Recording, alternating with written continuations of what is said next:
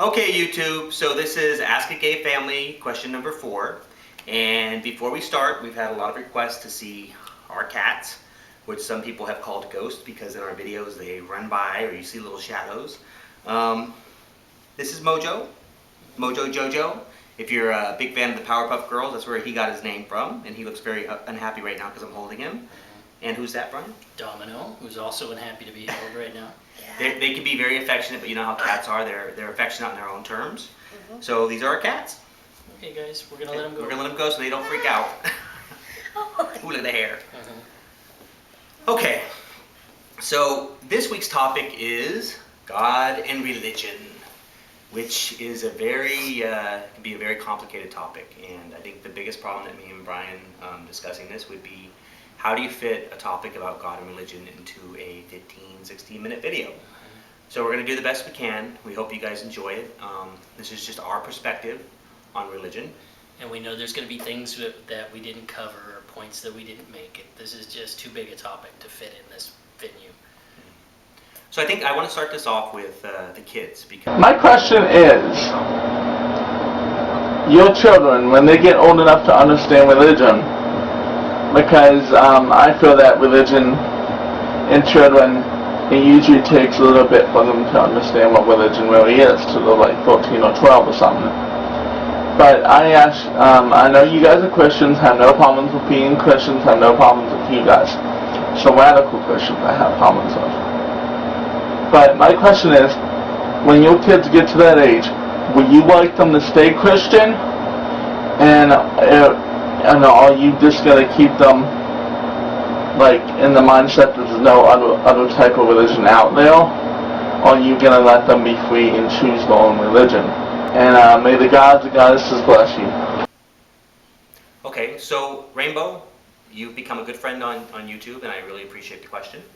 And you always make me smile, you make me laugh with your antics. Rainbow Pagan, as his name may tell you, he's a pagan. And, you know,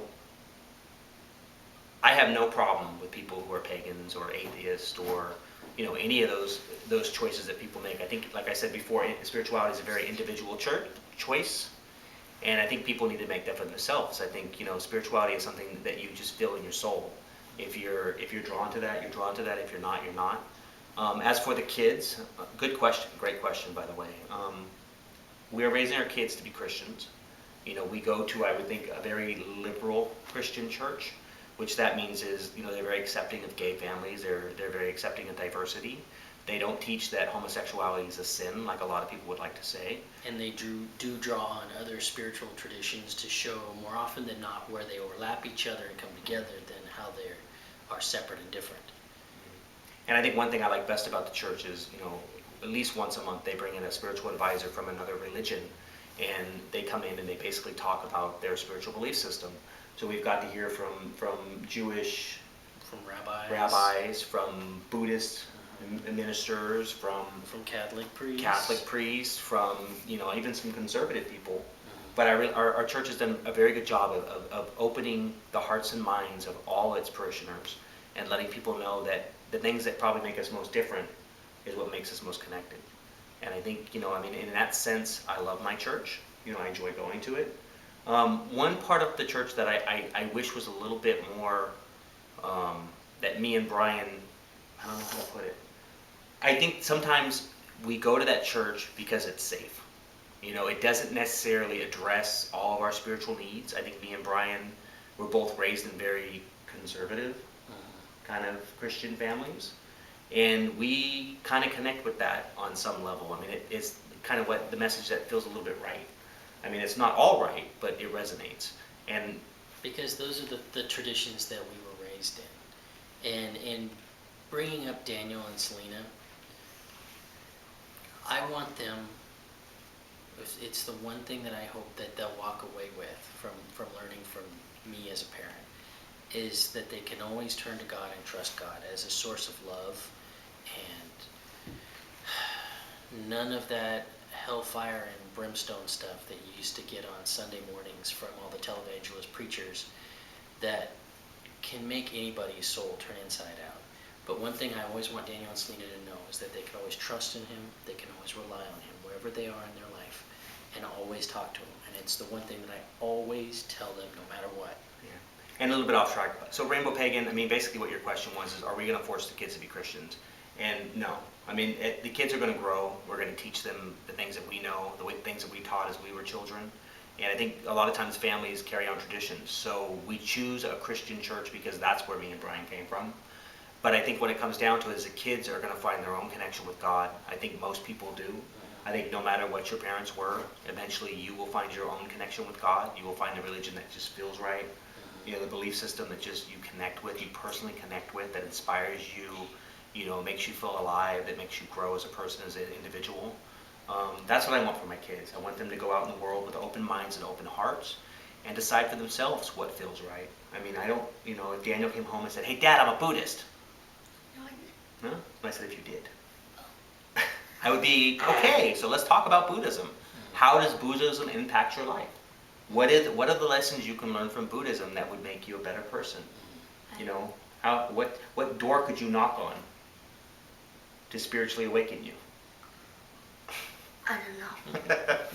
So I guess that's what I want for my kids. I want them to be happy no matter what religion they choose. You know, I hope that they understand that everybody's unique and we all have our own desires when it comes to spirituality, and we should respect everybody's religions.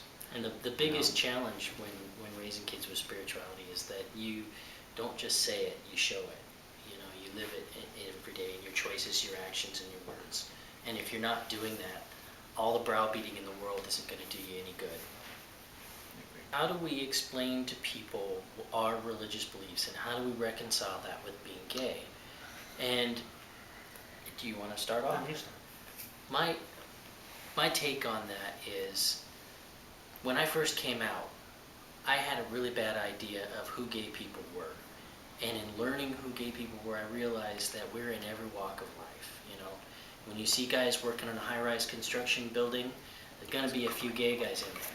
You see the army guys, there's going to be some gay guys in there. And why in the world do we have to be one thing or the other?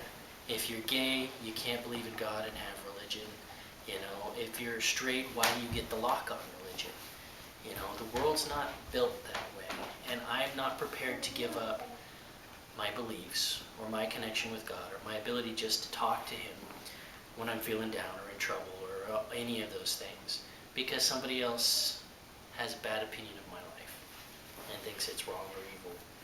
You know, I have to deal with that on my own terms. When my day to die comes and I have to go to God, I have to take responsibility for my own life and how I've lived it. That's no one else's job to tell me that. So I have selected my own belief system. I am going to live with that. I'm going to do my best to give my kids the most positive parts of that belief system. And beyond that is really nobody else's business. That's my opinion. And you know, I just think it's, you know, when we started making these videos, you know, I expected a lot of criticism from conservative Christians. And we all know the conservative Christian base in this country has pretty much taken over the country. I mean, their views and their standpoints are in politics, they're in religion, they're in, you know, basically here in California, you know, banning gay marriage, attacking gay families. So I think a lot of gay people look at Christianity and they just go, you know, bad Christians. You know, I don't look at Christianity that way. I think that there are people who act out in Christianity that say evil, mean things. We get so many comments from people talking about we're going to burn in hell. You know, do you abuse your kids? You know, you're disgusting. But you're when evil. when you're gay and you put your life on YouTube, you expect that. Yeah, and that, you know, to a certain degree, we do expect. I mean, I think my favorite comment that we got recently was, you know, I hear the temperature in hell is nice today.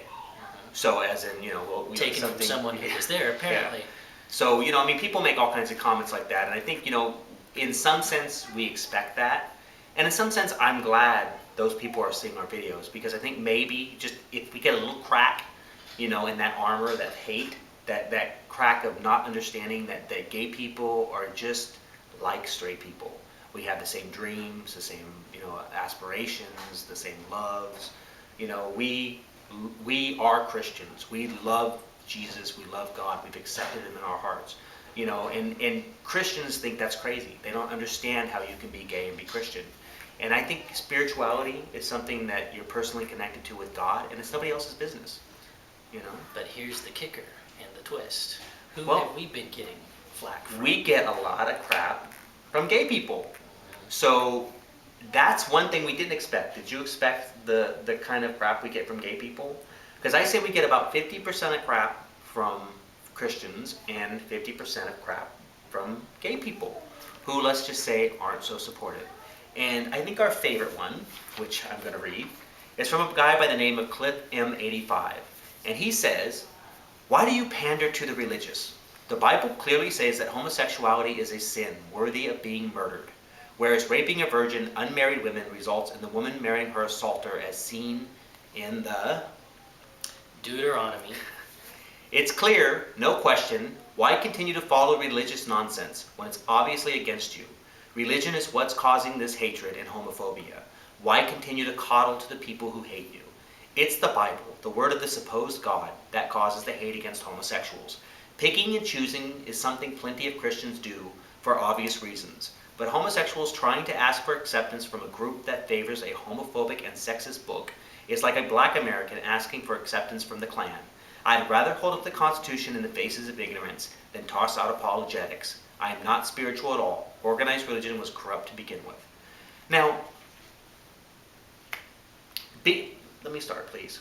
Being called an Uncle Tom from another gay person who doesn't know us as individuals, to me, is silly, okay? Not all Christianity is evil. Not all Christians are bad people. You're basically doing what Christians are doing to us. You're saying because this group of people lives their lives in a certain way, it is a reflection of all those people. So I don't feel like Christianity is an evil religion. You know, the Bible was written by man, inspired by God. Okay, that is my personal belief. I think mankind wrote the Bible inspired by God. And in every mankind's writings, there's flaws. Do I personally think that God hates gay people? No. I don't think a loving God would hate any of his creations. I personally believe that when I die someday, I will go up to heaven and I will meet God, and I will be accepted in his arms and loved by him. Because he is our Father. You know, even my own father, when he disowned me, do I think my father stopped loving me? No. I think he was ignorant. I think that he had his own fears and insecurities about why I was gay, and he couldn't relate to me. But when you love your kids, no matter what, you love your kids. How can there be a God that does not love his creation? Gay people have been around since the beginning of time, and I truly believe that God loves his children. So when I see, you know... And that's something that you take on faith, you know? It's not something that anybody, you know, snapped your spirit up to heaven and showed you was true any more than any of the Christians living today have any proof of what they believe. Or any agnostics or atheists have any proof of what they believe. Everybody takes what they believe on faith. And that's the one thing that we forget about all this. No one knows beyond question. Everybody chooses to believe. You know, and I think the biggest misconception that Cliff M85 has is, you know, we are not asking for conservative Christians' acceptance. We're not. I mean, we're living our lives. This is our family. This is our life. Mm-hmm. You know, I love Bryan. I've been with him for almost 14 years. I love my kids. They've been with us for 4 years. We have a wonderful household. We're surrounded by friends and family that love us. You know, I'm not asking for Christians to accept us. So I think when you see us being spiritual, when you see us praying in our videos, you're mistaken. We are not asking for acceptance. We are going to continue to live our lives the way we are, whether Christians like it or not. Off YouTube, on YouTube, we're giving you who we are, 24 hours a day, 7 days a week, 365 days a year, minus the occasional spat. But every once in a while, I get somebody who comes from a religious faith and they attack us, and they say something really mean-spirited, or in some cases, evil. And I respond to them in a way that I feel is loving and accepting and Christian-like. And those same people, I think it kind of hits them. They take a step back and they go, you know what? That wasn't who I am as an individual. Why am I attacking these people? Why am I lashing out at this family? What is it about homosexuality that I just feel so uncomfortable with? And I think once you get past that initial shock that some people have seeing a gay family, you can have real dialogue. And I think it's important that if we're ever going to move forward as not only Christians or atheists or gay or straight, you know, we've got to have these conversations. We've got to start sitting down with each other and talking to each other. We've got to start getting rid of some of the stereotypes that each of us have about each other. I mean, one of my biggest friends is Jonanda, you know, in her, you know, she's an incredible woman who was a Mormon and has decided that, you know, that her church is not living up to what it should be, that it's not teaching its followers what she believes they should be teaching them. And she's taken a stand. You know, she's taken a stand for gay people. She stood up and said, this isn't right. You guys are attacking people who aren't attacking you. And we need more people to do that. We need more people to stand up and say, you know what? No matter who you are, atheist, Christian, Muslim, Mormon, Buddhist, you know, agnostic, pagan, you know, we're all the same. We're all human. You know, why are we so scared that people are different? Why are we so scared that we don't believe the same things? I don't dislike people for not believing what I believe. I will, you know, I personally believe that everybody should live their lives the way, you know, the way they spiritually think they should. I mean, spirituality is such a personal, individual thing, and I can't imagine ever wanting someone to be forced to believe the way I believe. So in making this video, we know it's going to sponsor a lot of probably heated debate. And this video is not intended to take away anyone else's belief, whether you're atheist or a fundamentalist Christian or a Muslim or whatever flag you fly. You know, the point of this video is to open up this dialogue to say that, you know, just because you're gay does not mean that you don't have to go to church if that's what you choose. It doesn't mean that you have to go to church. You should follow your heart, just like you did when you came out of the closet. Or if you're just coming out of the closet, you know what that feeling feels like. Keep following that star inside of you, wherever it leads. Sometimes it might take you away from the church for a little bit until you can learn to come back and appreciate it for what it is again. It was that way for me.